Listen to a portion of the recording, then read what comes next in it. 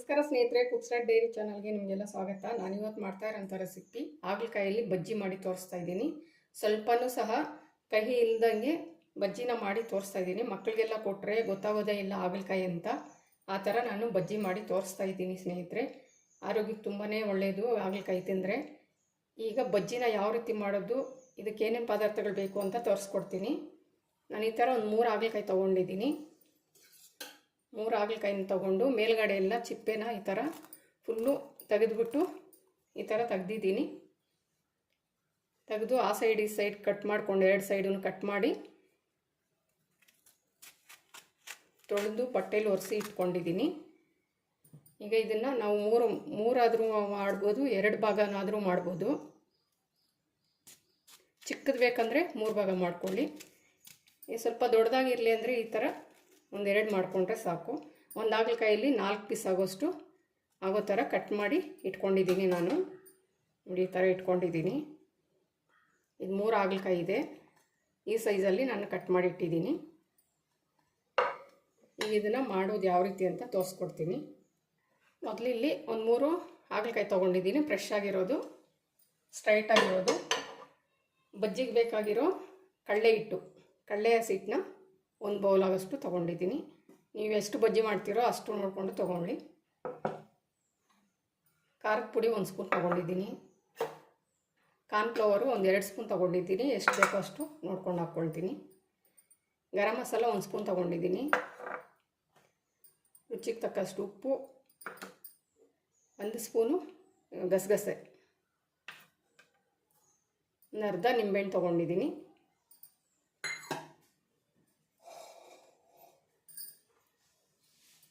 ಹಾಗೆಯೇ ದೋಸೆ ಸೋಡಾ 1 ಚಿಟಿಕೆ ಆಗೋಷ್ಟು ತೊಗೊಂಡಿದ್ದೀನಿ. ರುಚಿಗೆ ತಕ್ಕಷ್ಟು ಉಪ್ಪು ತೊಗೊಳ್ತೀನಿ. ಈಗ ನಾನು ಹಾಗಲಕಾಯಿ ತೊಗೊಂಡು ಈ ಥರ ಇಟ್ಕೋಬೇಕು. ಈ ಥರ ಇಟ್ಕೊಂಡು ಇದ್ರ ಮೇಲೆ ನಾವು 1 ಸ್ಪೂನ್ ತೊಗೊಂಡಿದ್ದೀನಿ. ಅರ್ಧ ಸ್ಪೂನು ಇವಾಗ ಹಾಕ್ತೀನಿ. ಹಾಗಲಕಾಯಿ ಮೇಲೆ ಹಾಕ್ತಾಯಿದ್ದೀನಿ.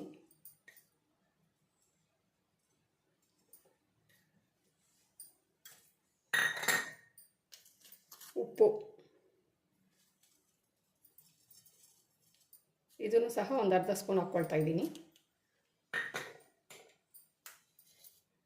ಗರಂ ಮಸಾಲ 1/4 ಸ್ಪೂನ್ ಆಗೋಷ್ಟು ಹಾಕ್ಕೊಳ್ತಾ ಇದ್ದೀನಿ. ಗಸಗಸೆ ಹಾಕ್ಕೊಳ್ತಾ ಇದ್ದೀನಿ 1 ಸ್ಪೂನು.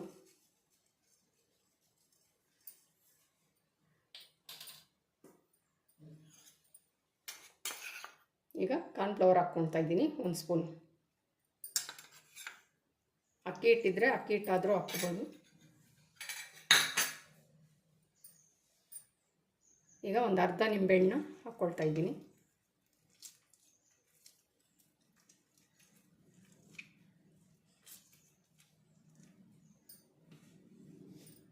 ಈಗ ಎಲ್ಲನೂ ಸಹ ಇದಕ್ಕೆ ಈಗ ಹಾಗಲಕಾಯಿಗೆ ಹಿಡಿಯೋ ಥರ ಈ ಥರ ಎಲ್ಲನೂ ಚೆನ್ನಾಗಿ ಕಲಿಸ್ಕೊಳ್ತೀನಿ.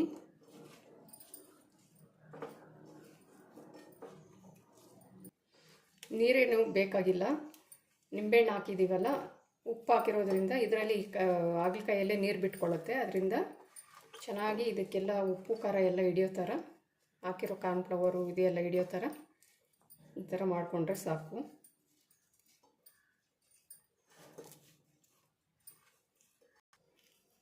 ಒಂದೊಂದು ಪೀಸ್ ತೊಗೊಂಡು ಈ ಥರ ಚೆನ್ನಾಗಿ ಉಪ್ಪು ಖಾರ ಹಿಡಿಯೋ ಥರ ಈ ಥರ ಚೆನ್ನಾಗಿ ಇದು ಮಾಡಬೇಕು, ಕಲಿಸ್ಬೇಕು.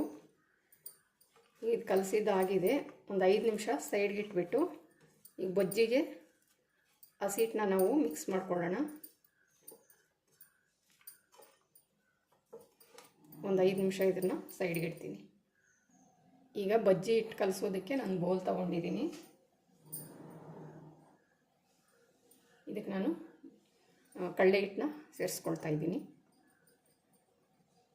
ನಾನು ತೊಗೊಂಡಿರೋ 3 ಹಾಗಲಕಾಯಿಗೆ ಸಾಕಾಗುತ್ತೆ.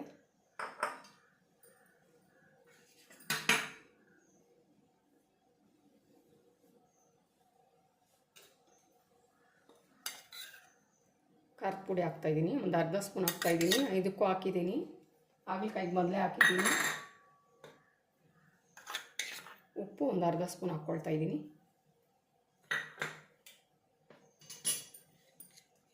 ಹಾಗಲಕಾಯಿಗೆ ಏನೇನು ಮಸಾಲೆ ಹಾಕಿದ್ನೋ ಅದೆಲ್ಲ ಇದಕ್ಕೂ ಹಾಕ್ತಾಯಿದ್ದೀನಿ. ಗರಂ ಮಸಾಲ ಒಂದು ಅರ್ಧ ಸ್ಪೂನ್ ಹಾಕ್ಕೊಳ್ತಾ ಇದ್ದೀನಿ. ಅಡುಗೆ ಸೋಡಾ ಹಾಕ್ಕೊತಾ ಇದ್ದೀನಿ, ಒಂದು 1/4 ಸ್ಪೂನ್ ಆಗೋಷ್ಟು, ಒಂದು ಚಿಟಿಕೆ ಆಗೋಷ್ಟು ಇದೆ. ಹಾಗೆ ಉಳಿದಿರೋ ಕಾರ್ನ್ಫ್ಲವರ್ ಒಂದು ಅರ್ಧ ಸ್ಪೂನ್ ಇದೆ, ಸೇರಿಸ್ಕೊತಾ ಇದ್ದೀನಿ. ಅಕ್ಕಿ ಹಿಟ್ಟಿದ್ರೆ ಅಕ್ಕಿ ಹಿಟ್ಟು ಸೇರಿಸ್ಕೊಳ್ಳಿ.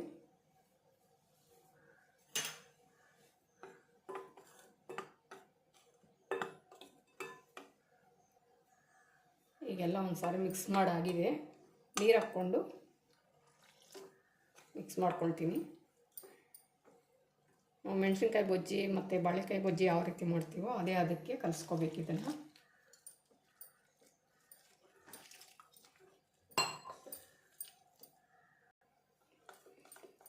ಹಸಿಟ್ಟನ್ನ ನಾವು ಜರಡೆ ಇಟ್ಕೊಂಡ್ರೆ ಈ ಥರ ಗಂಟುಗಳಿಲ್ದಂಗೆ ಸ್ಪೂನಿಂದನೇ ಕಲಿಸ್ಕೋಬೋದು. ನೋಡಿ ಈ ಥರ ಅದಕ್ಕೆ ಕಲಸಿಟ್ಕೊಂಡಿದ್ದೀನಿ.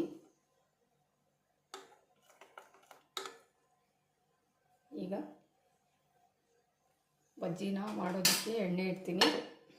ಒಂದು 5 ನಿಮಿಷ ಆಗಿದೆ. ಇದು ಉಪ್ಪು ಖಾರ ಎಲ್ಲ ಚೆನ್ನಾಗಿ ಇಟ್ಕೊಂಡಿರುತ್ತೆ ಇದಕ್ಕೆ. ಈಗ ಎಣ್ಣೆ ಇಡ್ತೀನಿ ನಾನು. ಸ್ಟವ್ ಅಂಟಿಸಿ ಬಾಣಲಿ ಇಟ್ಟಿದ್ದೀನಿ, ಎಣ್ಣೆ ಹಾಕ್ಕೊಳ್ತಾ ಇದ್ದೀನಿ.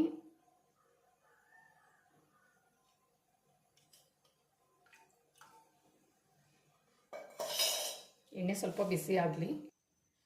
ಈಗ ಎಣ್ಣೆ ಬಿಸಿ ಆಗಿದೆ.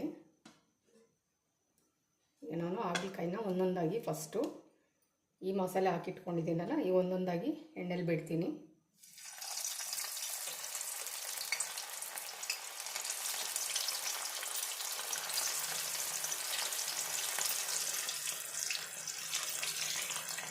ತುಂಬ ಟೇಸ್ಟಿಯಾಗಿರುತ್ತೆ. ಹಾಗಲಕಾಯಿ ಮೇಲೆ ಸಿಪ್ಪೆ ಏನು ತೆಗೆಯೋದಂದರೆ ಬಜ್ಜಿ ನೈಸಾಗಿರುತ್ತೆ. ಅದರಿಂದ ಸಿಪ್ಪೆನ ತೆಗೆದು ನಾವು ಚಿಕ್ಕದಾಗಿ ಕಟ್ ಮಾಡಿ ಈ ಥರ ಉದ್ದಿದ್ದಕ್ಕೆ ಹಾಕಿದಾಗ ನೈಸಾಗಿ ಇರುತ್ತೆ. ಇದು ಹಾಗಲಕಾಯಿ ಅಂತ ಗೊತ್ತಾಗೋದೇ ಇಲ್ಲ.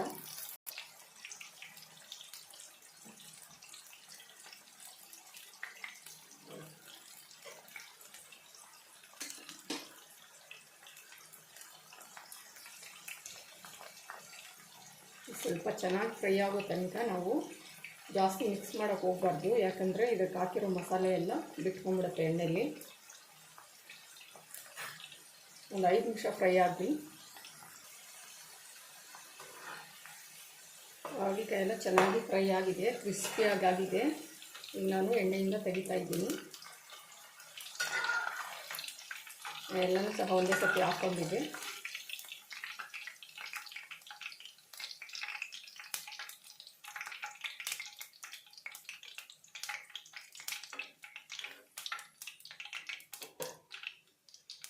ತಟ್ಟೆಗೆ ತಗೊಳ್ತಾ ಇದ್ದೀನಿ.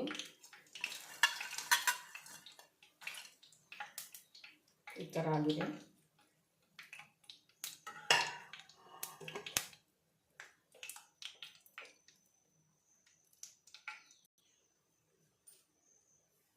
ಈಗ ಅದೇ ಎಣ್ಣೆಗೆ ನಾನು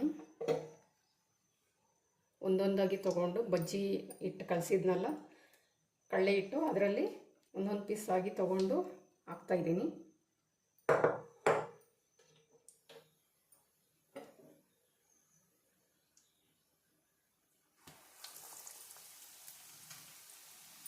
ಈ ಥರ ಕ್ರಿಸ್ಪಿ ಆಗಿರೋ ಹಾಗಲಕಾಯಿನ ಮತ್ತೆ ಬಜ್ಜಿ ಹಸಿಟ್ಟಿನಲ್ಲಿ ಹಾಕ್ತಾಯಿದ್ದೀನಿ.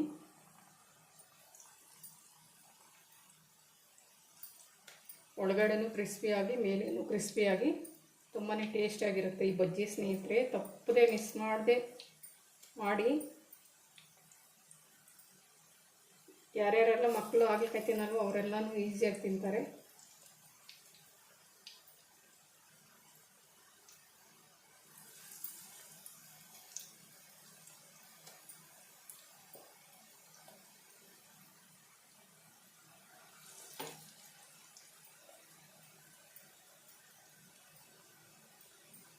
ಎರಡು ಸತಿ ಫ್ರೈ ಮಾಡಿರೋದ್ರಿಂದ ಸ್ವಲ್ಪನೂ ಸಹ ಕಹಿ ಇರಲ್ಲ.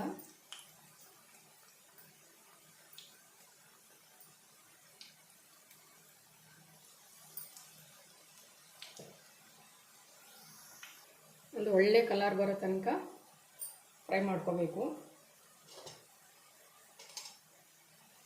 ನಿಂಬೆಹಣ್ಣು, ಉಪ್ಪು, ಖಾರ ಎಲ್ಲ ಹಾಕಿರೋದ್ರಿಂದ, ಗಸಗಸೆ ಎಲ್ಲ ಹಾಕಿರೋದ್ರಿಂದ ಕ್ರಿಸ್ಪಿಯಾಗಿ ಕಹಿ ಅನ್ನೋದೇ ಗೊತ್ತಾಗೋದಿಲ್ಲ.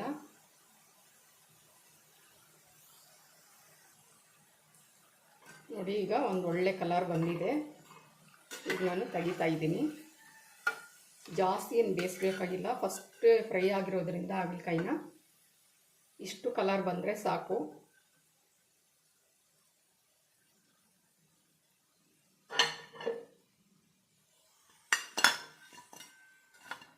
ನೋಡಿದ್ರಲ್ವ, ಈಗ ಇನ್ನೂ ಉಳಿದಿರೋದನ್ನು ಇನ್ನೊಂದು ಸರಿಗೆ ಹಾಕ್ತೀನಿ.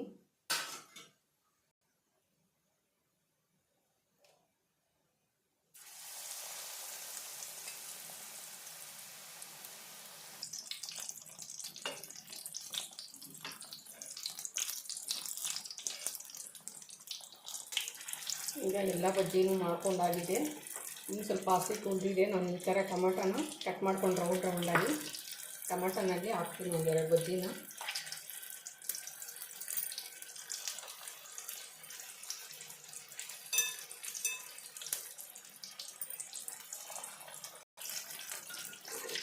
ಟೊಮಾಟೊ ಬಜ್ಜಿನೂ ಸಹ ಕ್ರಿಸ್ಪಿಯಾಗಿ ರೆಡಿ ಆಯಿತು ಸ್ನೇಹಿತರೆ. ತೆಗಿತೀನಿ.